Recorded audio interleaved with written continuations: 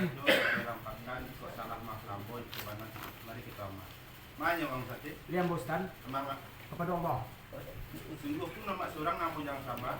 Yati kita dibatinya lah pada orang tuangku ni mama. Dari ulama guru jalan baik kok dia orang tambah sujud sama lah simpuh terbalik bukan yang piawai narak ke guru mina. Tidak pasti pak dulu sih bukan baik gua dulu teh. Itu yang salah mampu.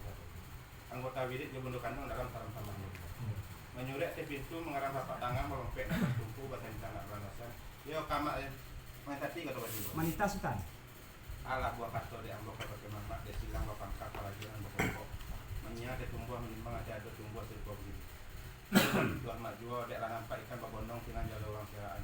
Biju ada rangkok di penajuan kapal aseret di rumah tanah bertanya penumpang kanan kota. Telah kamu mungkin cepat kapal di layar. Namun selapih daripada itu ada kok jauh hati tunggu sebenarnya kayak benar. Lah sampai Sultan. Titah nanjo sambah karangan mulik ati sanubari bari balabeh kadituri lelajo maaf pemandu. Sepanjang buah panitan Sultan tadi kato taserak kana banyak sambah tata buah kana rape ujuan tajumbai ka bake alek pangkatan tak kabadan diri ambo.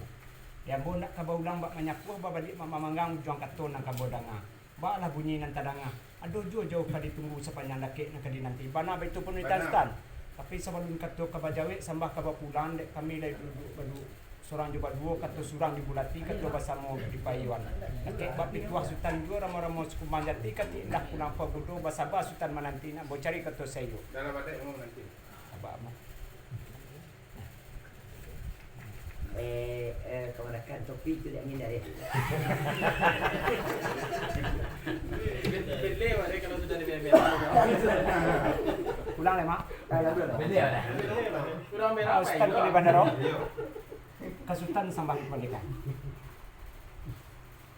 Sepanjang parundian kami tadi dia mulah mau pilih papundian. Sebentar. Itu tadi kami. Itu mak, nak kami lo. Itu. Sepanjang perundian kita tadi dia mulah mau pilih pamudian lah dapat katunan sayur rundianan sebuah.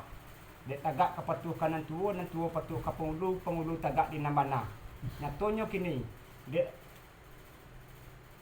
you nak do jauh nak ditunggu sepanjang dakik nak dirantai pulang maklum kau Kristan. Kau you nak do jauh kai tunggu sepanjang dakik kau mana nanti. Dan duduk siang berapa hari duduk malam bagi minyak. Waduh kalau tadi kapuk atau kasih sampai lama. You ado niat mengkasih karajo kan nak dikakok sepanjang katu akan disampaikan Kristan. Mau pelalu? Pelalu mak. Assalamualaikum warahmatullahi wabarakatuh. Marah.